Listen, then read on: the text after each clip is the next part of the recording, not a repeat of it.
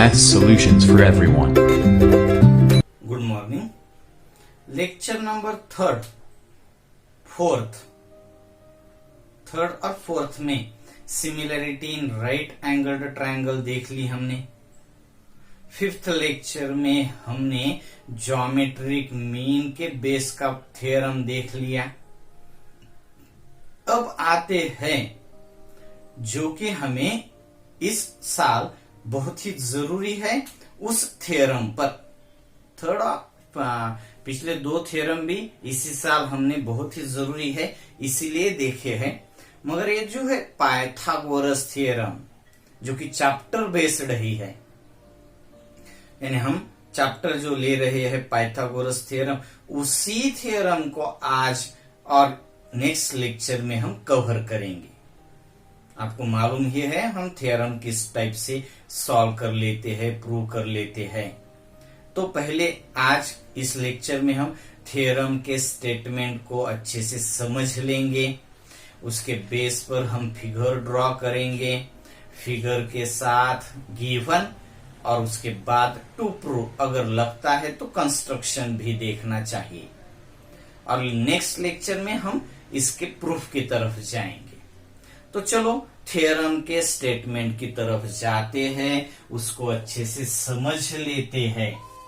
Pythagoras theorem जो आपने बहुत सालों से देखा हुआ है, 6, 7, 8 और 9 चारों सालों में आपने इसका यूज किया है। अब इस साल हम इस थ्योरम का एक्चुअल प्रूफ देखने वाले हैं, मगर उससे पहले जो बातें स्टेटमेंट में आती है उसको समझ लेते हैं। इन अ राइट एंगल्ड ट्रायंगल, तो यहां पे भी राइट एंगल्ड ट्रायंगल है, तो आप राइट एंगल्ड ट्रायंगल ड्रॉ कर सकते हो, सीधी बात है। मगर सिर्फ इतना ही है या फिर हमें और कुछ बातें यहां पर दी गई है, इसको हमें अच्छे से देख लेना पड़ेगा। और दिया है क्या, देख लेते। In a right angled triangle the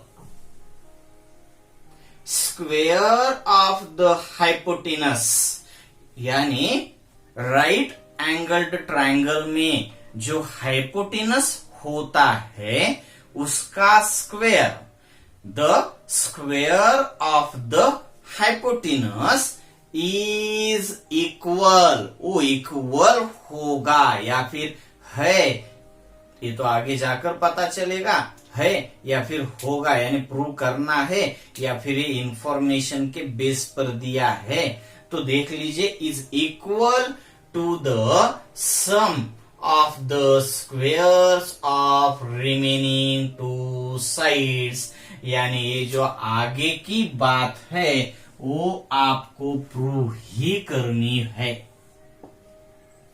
The square of the hypotenuse is equal to the sum of the squares of remaining two sides। First lecture में ही इस चैप्टर के फर्स्ट लेक्चर में ही हमने इसको कवर किया था। 6, 7, 8, 9 में आपने इसको देखा है, मगर आज आपको इसको प्रूव करना है। इसलिए इस लेक्चर में हम इसके गिवन टू प्रूव की तरफ जाएंगे, मगर उससे पहले फिगर तो हमें लेनी ही होगी। फिगर किसकी लेंगे हम? ट्रायंगल की। और ट्रायंगल किस टाइप का है? तो राइट ट्रायंगल है, तो मैं राइट ट्रायंगल ही ले लेता हूं, चलेगा। इस राइट ट्रायंगल ABC, या फिर हम थोड़ा अलग ले लेते हैं क्योंकि हमें जो साइड्स होंगे वो अलग टाइप में दिखनी चाहिए। तो ये फिर से ABC में राइट एंगल्ड ट्रायंगल हमने ले लिया। अब इस राइट एंगल्ड ट्रायंगल में आपके पास है क्या? सिर्फ यही है, इसके अलावा आपके पास कुछ भी इंफॉर्मेशन नहीं है। सिर्फ इतना ही है। अगर राइट एंगल्ड ट्रायंगल है तो आपको ये बात प्रूव करनी है आगे वाली। यानी आपको इंफॉर्मेशन में सिर्फ क्या दिया गया है? Right angled triangle. तो हमने सिर्फ राइट एंगल्ड ट्रायंगल ही ड्रॉ किया है। इसके बाद आप जाएंगे तो सीधा किस पर? गिवन में जाएंगे। गिवन में है क्या? Triangle A B C is a right angled triangle. Triangle ABC is a right angled triangle. इसके अलावा आपको कुछ मालूम है? नहीं है। हाँ, राइट एंगल्ड ट्रायंगल है तो ये राइट एंगल एक होगा, उसके अपोजिट साइड को आप हाइपोटेनस कहेंगे, और ये हाइपोटेनस है अगर तो रिमेनिंग टू साइड्स एक ए बी होगी और एक दूसरी बी सी होगी। ये बातें यहां पर आएगी, मगर वो हम गिवन में नहीं लिखेंगे, वो तो ऑब्जर्वेशन से पता चलती है। राइट एंगल ट्रायंगल है तो राइट एंगल होगा ही, हाइपोटेनस होगी और बची हुई दो साइड्स भी होंगी। ठीक है, अब फिगर के साथ गिवन हो गया। अब हम जाते हैं किसकी तरफ? टू प्रूव की तरफ। तो टू प्रूव में आप अच्छे से देख पाते हो।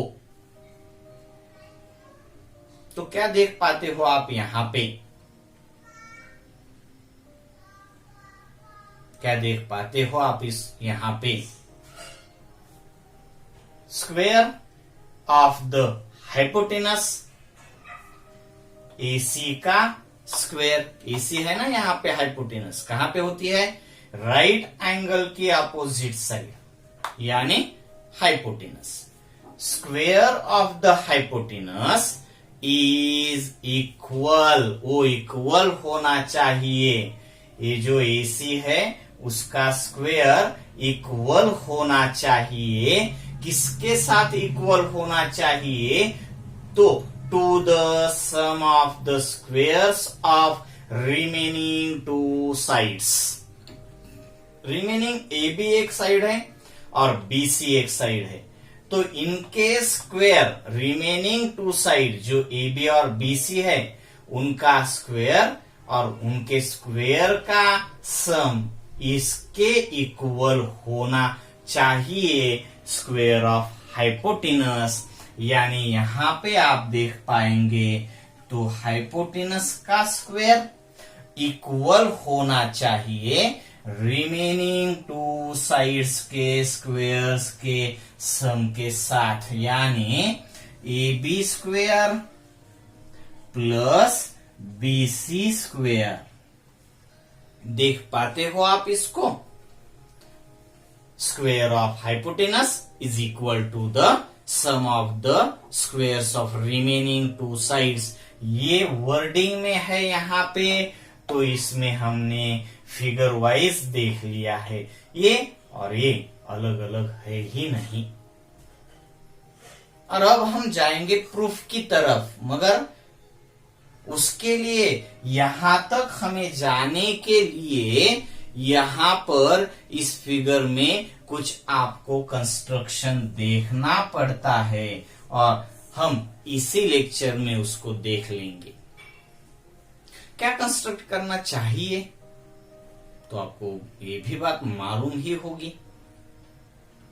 हमने थर्ड, फोर्थ और फिफ्थ यानी similarity in right angle triangle और थ्योरम ऑन ज्योमेट्रिक मीन, इन दोनों में जो बात देखी है उसी को हम आगे लेकर जाएंगे। और उसमें जो अल्टीट्यूड या फिर आप कह सकते हो परपेंडिकुलर ड्रॉ किया था BM, उसी को हम यहाँ पर यूज करेंगे और क्या लिखेंगे? Draw BM perpendicular to AC, यानी राइट एंगल से हाइपोटेनस पर हमने परपेंडिकुलर हमें ड्रॉ करना होगा, कंस्ट्रक्ट करना होगा, यानी अल्टीट्यूड भी आप वर्डिंग में कह सकते हो। ओके, तो अब यहां पे हम रुकेंगे और यहां पर रुकने के बाद आपको क्या करना होगा मालूम है आपको, 5 बार इसको आप कंप्लीट करेंगे। Okay, bye.